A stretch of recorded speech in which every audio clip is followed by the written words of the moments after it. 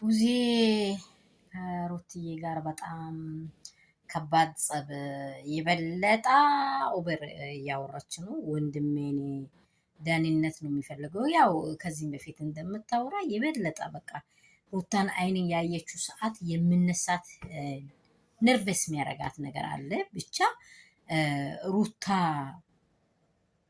በአብርሃም ህይወት ላይ መቀመጡን የማትፈልግ ሴት መሆኑን በትክክለኝነት እያሳየች ነው ማለት ነው።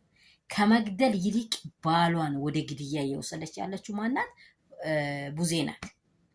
የምር ነው የምላችሁ። እኔ እንዲህ ልል የቻልኩት ከድምጿ ከራሷ አነጋገሯ ነው።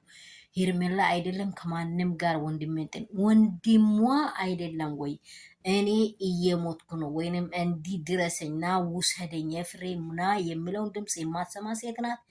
ሌላውን የማታይ ዝም ብላ የእሷን ፊሊንግ የምትከተል ሴት ናት ቡዜ ወይስ ምንድን ነው? የአብርሃም ጤንነት እንደዚህ አድርጋ አምጥታለች ወይ?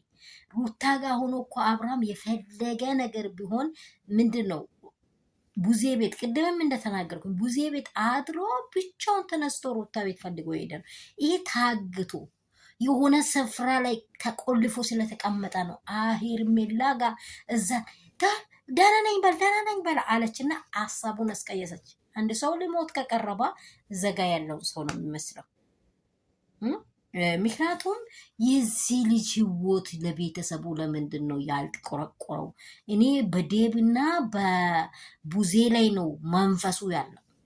እንዳይሰሙትና እንዳያዩት አይምሯቸው ተደፍኗል።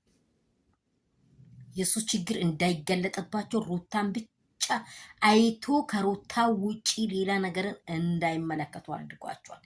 የምር ነው ምላችሁ። የምር በቃ እኔ አላቅም። እንዲህ ያህል የሩታን ነገር መልካም እንዳይሆን የጠለችው ሴት ልጅ እያየች ሴት ልጅ ናት፣ ነገ ትወልዳለች፣ ታቅፋለች። የእሷ ልጅ ይወልዳል፣ ያቅፋል። ፍርድ ነው ብቻ። ሰላም ቤተሰብ እንደምን አላችሁ? ሁሉ ሰላም፣ ሁሉ መልካም ነው ወይ?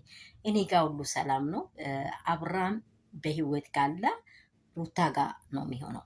ይሄ እግዚአብሔር የሚወደው ሰማይ ምድርም የሚወደው ቃል ነው የሚያወራችሁ። መቼም ቢሆን ምድር ብትነዋወጥ ሰማይ ዝቅ ብል ምድር ከፍ ብል የመጀመሪያ ህይወቱን የመረጠው ሰው ከልቡ የማይወጣ መሆኑን ማንም መረዳት አለበት። ሩታውን በጣም በትዕግስት ህግ ጋር ብትሄድም እነዚህን ሰዎች የምታሸንፈው መንገድ ስላለ እባካችሁ እያለች ነው። እባካችሁ እሷ እንዲያደረገውን አደረገች ብሎ የሚያድር ነገር ስለማትፈልግ ነው ሩታ። እነዚህ ሰዎች ግን እንዲቀበሏት አልቻሉም። ሰላማችሁ ብዝት ይባል። ያላችሁ በስፍራ የእግዚአብሔር ሰላም ጸጋ ይብዛላችሁ። እግዚአብሔር ከእንደዚህ ከክፉ ነገር እግዚአብሔር ይጠብቀን። ሰላም ይሁንላችሁ። ያላችሁበት ስፍራ በጣም ወዳችኋለሁ። የሩትዬ ፋሚሊ፣ የኔ ፋሚሊ እንቆች ውዶች፣ እግዚአብሔር ሰላም ያብዛልን ለምድራችን። ለማስተዋል ለጎደላቸው ሰዎች ሁሉ ሰላምን ይስጥ እግዚአብሔር። ወዳችኋለሁ።